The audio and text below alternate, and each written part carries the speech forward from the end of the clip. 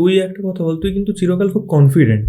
তোর এই কনফিডেন্সটা যে মনে হলো যে এখানে ভালো লাগছে না, আমি ছেড়ে দেবো, মানে অন্যরা প্রচন্ড ভয় পায়, ছাড়তে ভয় পায়, এরপরে কোথায় পাবো না পাবো, তো তুই কিভাবে এত ইজিলি কনফিডেন্ট হতে পারতিস? তুই তো অবশ্যই, যেরকম বললি, আমি নিজেও জানি পার্সোনালি, বিশাল ওয়েল অফ বাড়ি থেকেও আসিস না, অবশ্যই তোর ফ্যামিলি চালানোর ছিল না, কিন্তু তুই দায়িত্ব সবসময় নিতে চাইতিস, সবসময় বলতিস যে আমি বাড়ির দায়িত্ব নিতে চাই, বাড়িটা ভালো করতে চাই, ভালো বাড়িও তোর খুব ভালো ছিল না। তুই কনফিডেন্সটা কোত্থেকে পেতিস বা পাস আজও? কনফিডেন্সটা মেনলি আমি যেটা দিয়ে পেয়েছি এখনো পর্যন্ত সেটা হচ্ছে, যাওয়া কবে কিনেছিস? যাওয়া কিনেছে 2021-এ। 21-এ? পুরোপুরি নিজের পয়সায়?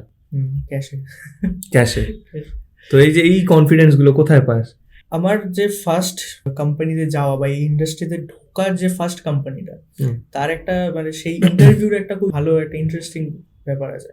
সেটা হচ্ছে আমি ইন্টারভিউ দিতে গেছিলাম, তার সাথে আরো কয়েকজন ছিল আমার সাথে ক্যান্ডিডেটস, ওরা বিটেক এমটেক করা ছিল একদম, সবাই বসে আছে বিটেক। ইভেন আমি ওদের সিভিও দেখেছিলাম যে ওদের মানে 90 আপ ম্যাথমেটিক্স নাম্বার আছে।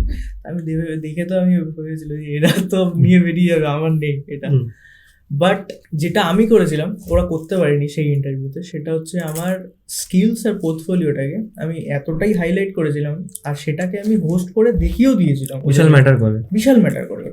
তুমি পিএইচডি হতে পারো, তোমার সিভি প্রপারলি হাইলাইটেড না থাকলে এত অ্যাপ্লিকেশনের ভিড় দেখতে ভুলে যাবে, ওভারলুক করে যাবে একদম।